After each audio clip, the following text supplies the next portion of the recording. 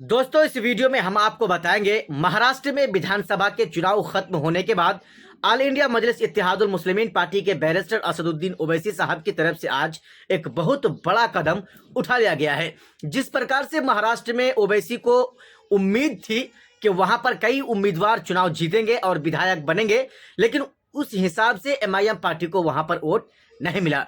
हालांकि voting percentage की अगर बात करें तो माशाल्लाह वोटिंग परसेंटेज में बहुत ज़्यादा उछाल देखने को मिला, बढ़ोतरी देखने को मिला।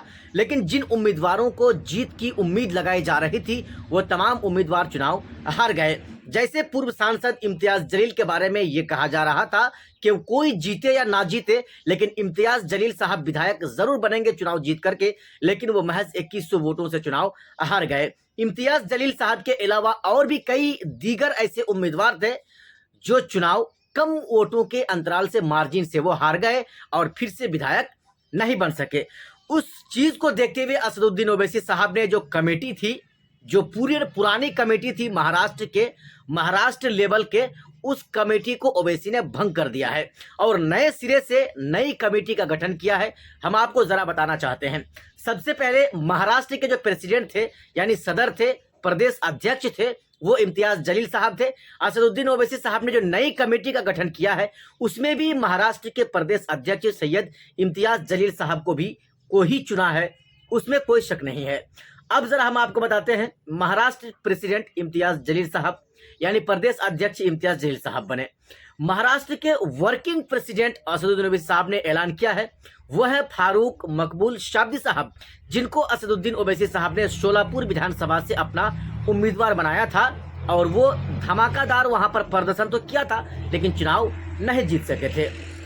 महाराष्ट्र के वाइस प्रेसिडेंट अगर मैं आपको कहूं यानी कि जो उप प्रदेश अध्यक्ष होंगे वो होंगे मोहम्मद यूसुफ पंजाबी साहब। यूसुफ पंजाबी साहब को वाइस प्रेसिडेंट बनाया गया है। महाराष्ट्र के जनरल सेक्रेटरी समीर साजिद को और अतीक अहमद खान वो अतीक जिनको ओवैसी ने अपना उम्मीदवार 2024 के विधानसभा चुनाव में बनाया था।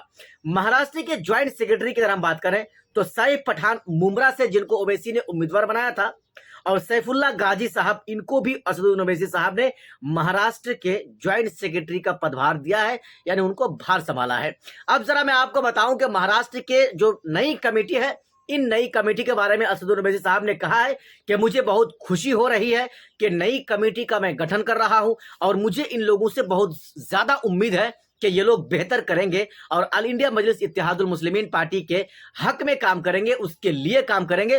कुल मिलाकर असदुद्दीन ओवैसी साहब की जो नई कमेटी है उसमें भी पूर्व सांसद इम्तियाज जलील साहब प्रेसिडेंट ही रहे, यानी प्रदेश अध्यक्ष ही महाराष्ट्र के रहे। बाकी दोस्तों, आपने हमारे इस पूरा वीडियो को देखा, क्या आपको लग रहा है ओवैसी के द्वारा जो एक नई कमेटी का गठन किया गया है, वो जो विस्तार किया गया है, क्या यह सही है या गलत है? आप हमें हमारे इस वीडियो के नीचे कमेंट बॉक्स में कमेंट करके अपनी राय जरूर बताएं।